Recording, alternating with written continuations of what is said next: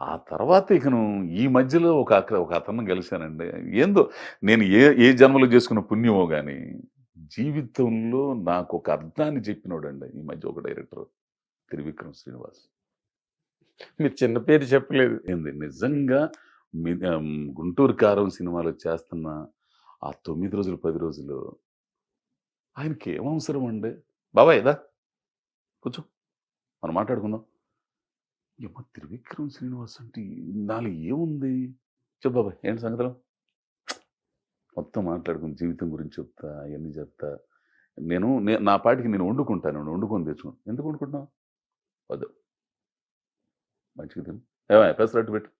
తినిపిచ్చి, తిన్నానబ్బాయి అంటే, తిను బాబాయ్ నువ్వు తిను. ఇయన్నీ చేసిన తర్వాత నువ్వు నాకు నచ్చావు. లవ్ యూ బాబాయ్. నచ్చాను నేను నీకు. జీవితం గురించి ఎట్లా ఉండాలో ఏందో చెప్తా. నీకు స్క్రీన్ ప్రెజెంటేషన్ భలేగా ఉంటది బాబాయ్. నేనేమో అనుకున్నాడు మిస్ అయ్యాను నేను. అని మాట్లాడతా. ఆ మనిషితో మాట్లాడుతుంటే అది ఒక రకమైన ఇది ఉంటదండి అసల. సినిమాలో చూపుతారే అది ఒక కాంతి వచ్చి మీద పడుతుంది. అవును.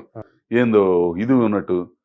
ఇంకో విషయం నీ అమ్మాయి ఈయన ఇక్కడ కూర్చున్నాడు రా స్వామి పిలుస్తాడు మళ్ళీ నేనట్టు చూసాంలేరా అని అనేవాడు. ఆయన అటు తిరుగుంటే నేను అటు వెళ్తుంటే కనిపెట్టేస్తాడండి. ఊరు ఏమన్నా ఆయన భలే మనిషి. ఒకసారి వచ్చేసి మంచి కూర వండుకుందాం తిందాం. నేను ఎవరినండి ఆయన విద్వత్తు ముందు ఆయన దీని ముందు నేను ఎవరినండి అసలు. అటువంటి మనిషి అంతగా ప్రేమించి నాకు కొన్ని మాటలు చెబుతుంటే జీవితంలో ఎట్లా ఉండాలో ఆ తర్వాత తెలిసిందండి నాకు కొంచెం జీవితంలో నేను నిమిత్త మాత్రుణ్ణి. నేను చేసేది ఏంది, నేను ఏదో చేయటానికి నా బాధ్యతలు నెరవేర్చడానికి వచ్చాను అంతవరకే. నువ్వేం చేయాలనుకున్నావు అవన్నీ చేసేయి బాబాయ్. దేని గురించి వద్దు, నీ ధర్మం నువ్వు మరవద్దు, అన్నీ చేసేయి, అనుభవించు ఎందుకు అని చెబుతా. కొన్ని అట్లా అని చెప్పేసి మామూలు ఇవన్నీ చెప్పకుండా ఒక అద్భుతం అంతే ఆయన మాటల్లో అసలు చెప్పలేను కానీ నేను కొన్ని ఆయన కూర్చోబెట్టి ఎవరు రామలక్ష్మణ్ గారు నేను కూర్చున్నట్టు కొన్ని చెబుతుంటే అదృష్టం కాకపోతే నేను ఏ జన్మలు చేసుకున్న పుణ్యమనండి. 100% దానిలో డౌట్ లేదు. మీలాగే వచ్చిన వాళ్ళు ఎంతమంది మీ స్థాయికి రాగలిగారు? అటువంటి మనుషులతో ప్రయాణం చేయటం చాలా అదృష్టం అండి. ఇప్పుడు నార్మల్గా ఇప్పుడు పుష్ప వచ్చింది తర్వాత మీరు బాగా బిజీ అయిపోయారు. హిందీలో కూడా చేస్తున్నారా, వెళ్తున్నారా? అంటే యశ్రాజ్ నుంచి ఏదో ఫోన్ వచ్చిందండి. వాళ్ళు ముంచేశారు. మనకేమైనా హిందీ మీద అంత పట్టు లేదు. ఎందుకులే అంత దూరం వెళ్ళి యశ్రాజ్ ఫిల్మ్స్ అనుకున్నా. ఇప్పుడు ఏమన్నా ఇది మల్లినేని గోపిచంద్ గారు హిందీ సినిమాకి అడుగుతున్నారు. అవును అవును, బాలకృష్ణ గారితో తెలుగులోని సైమిల్టేనియస్ గా మైత్రి వాళ్ళు చేస్తున్నారు. సన్నీ డియోల్ అది. అదే హిందీలో సన్నీ డియోల్ ఇక్కడే ఉంది ఇది. అది మరి ఏమైందో ఏమో తెలియదు.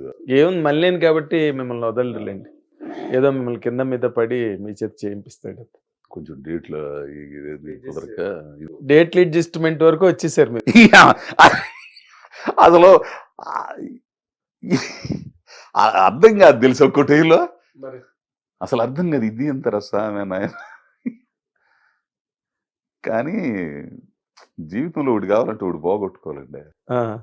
ఏం పోగొట్టుకున్నారు అంటే ఎంతే ఏదైనా కానీ ఇప్పుడు మా సామలక్ష్మితో కానీ కుటుంబం కానీ ఇవన్నీ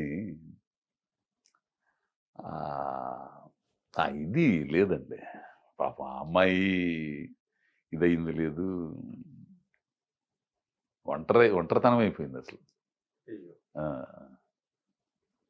అప్పటి నుంచి 15 కాదు నటుడుగా మీరు మంచి బిజీ అయ్యారు, ఎందుకు ఫ్యామిలీ లైఫ్ డిస్టర్బ్ అయింది? ఫ్యామిలీ అంటే ఇప్పుడు పిల్లకాయలు ఇకను పెద్దోడు పెళ్ళయింది, ఆడి పిల్లోడు పుట్టాడు. ఇక ఇప్పుడు ఆడి గొడవలో పడిపోయింది. ఇక నన్ను ఏంది ముద్దోడి పెడదాం ముద్ద ఇదేం లేదు. ఇక ఏందా పిల్లల్ని చూసుకోవద్దా? నాకు అప్పుడు ఏమంటే త్రివిక్రమ్ గారు గుర్తుకొచ్చి నా ధర్మం నాకు ఇంతవరకు ఉంది, మీ ఉద్యోగ ధర్మం నేను చేయాల్సింది చేసేస్తా, దీంట్లోనే నాకు ఇది అని తృప్తి పడలేకపోతే పూర్తిగా వాళ్ళు పూర్తిగా సెపరేట్ అయిపోయారండి మీరు ఇంక ఇండివిజువల్గా? ఇక్కడ ఇక్కడ ఈ ప్లాట్ అద్దెకి తీసుకున్నాను. వస్తుంటారు 15 రోజులు ఉంటారు, వెళ్ళిపోతుంటారు. వాళ్ళ పాటికి నా ముద్ద నేను వండుకోవడం తప్పదు ఇక నాకు. మళ్ళీ వంట. ఆ?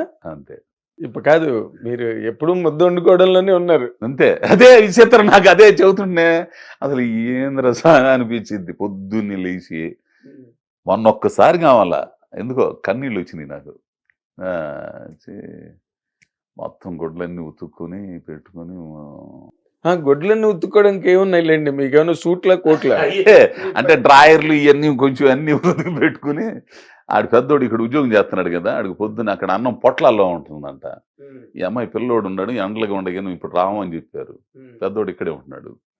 ఆడికి అన్నం వండుకుంటే బాగుండంటే పొద్దున్న లేచి అన్నం వండేవాడికి ఒక కూర చేసి ఆడికి బాక్స్ పెట్టి నేను కూడా కొంచెం తీసుకుని ఉప్పు కలపకుండా తీసుకొని ఇవన్నీ తీసుకుని మొత్తం చేసుకునేసరికి సాంబలక్ష్మి ఫోన్ చేసి మీ మిస్సెస్ సాంబలక్ష్మి ఫోన్ చాలా ఇబ్బందిగా ఉందమ్మా, మునుపట్టు ఊరుకోవట్లేదు చేయటానికి. అంటాను వస్తానులే వచ్చినాక నువ్వేం చేస్తావు, నీకు మనవడు నీ కోళ్ళు వీటితోనే సరిపోయిద్ది, నాకేం ఎందుకు చేసుకోవద్దయింది అన్నట్టుది. అంతేలే సరే కానీ అంటే మనకి ఎంతవరకు ఉందో అది మన అంతే అంతే అంతే అదే మనకి ఎంత చెందాలో అంతే అంతే అంతే అంతే. ఇంతకుముందు అనుకునేవాడు అసలు నువ్వు విలన్ అవ్వాలాడేమ్మా అది ఇది అదేమనిపించట్లా. ఇప్పుడు ఏమనిపించట్లా తెలియదు, ఏమనిపించట్లేదు. అమ్మ క్యారేజీలు ఇన్ని వస్తుంటే చికెన్లు ఏం లేదు, ఆమె వండుకున్నది ఏదో ముద్ద ఏదో తిని ఆ రసం బసుకు తిని ముద్ద కొంచెం అటు తినేసి తినిపోంటారు నాయన. ఆకలి రోజులు గుర్తొచ్చాయా? బా నాకు చికెన్ అంటే భలే ఇష్టం అండి, చికెన్ అంటే భలే ఇష్టం. డబ్బులన్నీ దాచిపెట్టుకుని చికెన్ తెచ్చుకొని వండుకొని తినేవాడిని. ఆ చికెన్ ఇడిచిపెట్టేసా, ఇది లేదు ఏంది ఉండే ఇక చేప అంటే కొంచెం చేప తినేవాడిని. ఆ చేప కూడా సాంబలక్ష్మి వండి తింటా. అబ్బో ఏంది అది కూడా పోయింది ఇప్పుడు. సాంబలక్ష్మి లేదు, ఇంక లేదు ఏం లేదు అన్ని అంతా ఏదో అన్ని మంచిదే, నాకు చాలా మంచిది అనిపిస్తుంది. ఎలా అంటే ఒంటరిగా అంటే నా ధర్మం నా ఇది నేను ఎందుకు వచ్చానో అది చేసుకుని వెళ్ళిపోతే మంచిది. అదేలేండి, మీరు ఊళ్ళో ఉన్నప్పుడు కూడా ఎవరికి చెందకుండా ఎవరికి పట్టకుండానే తిరిగారు. అదే జీవితం మీకు స్థిరం అయిపోయింది. అవునండి కరెక్టే, భలే చెప్పారండి ఇది మాట. నేను ఎవ్వరికి చెందలేదండి, ఎవ్వరికి చెందల. నేను అట్లానే తిరిగాను అట్లానే ఏదో మధ్యలో వచ్చి అట్లా వెళ్ళిపోయిన వాళ్ళు తప్పితే ఒక గెస్ట్ లాగా వచ్చి వెళ్ళిపోవడం తప్పితే మీరు ఎవరితో కుటుంబానికి చెందలేదు, తల్లి తండ్రికి. మీదంతా వేరే మార్గం, వేరే ప్రయాణం. ఎటు ప్రయాణిస్తున్నారు మీకే తెలీదు మొన్నటి వరకు. అవునండి.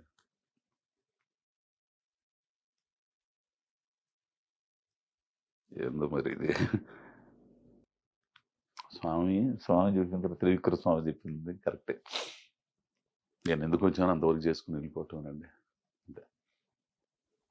అంటే మీ నటుడుగా మీ సక్సెస్ అవన్నీ, మీ పాపులారిటీ, మీ సాంబలక్ష్మి గారు, మీ పిల్లలు ఎవరు ఎంజాయ్ చేయట్లేదండి? ఏం లేదండి, వాళ్ళు ఎప్పుడు మామూలుగానే ఉంటారు.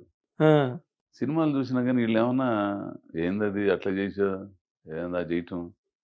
ఒకవేళ సాంబలక్ష్మి చూపించినా కానీ ఏందంట చేసావులే బాగుందిలే కానీ మా మనసులో ఆనందపడతారు మళ్ళీ. అంతేగా. అలా అది ఒకసారి చూశాను నేనట్ట, బలి చేస్తాడమో అని అనుకుంటాం. ఎంతవరకు వెళ్ళిద్దో కానీ తెలియట్లా.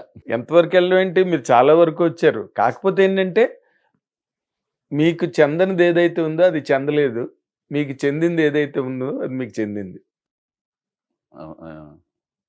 నటుడుగా మీరు చిన్నప్పటి నుంచి దాని మీద అవస్థ పడ్డారు, కలగన్నారు.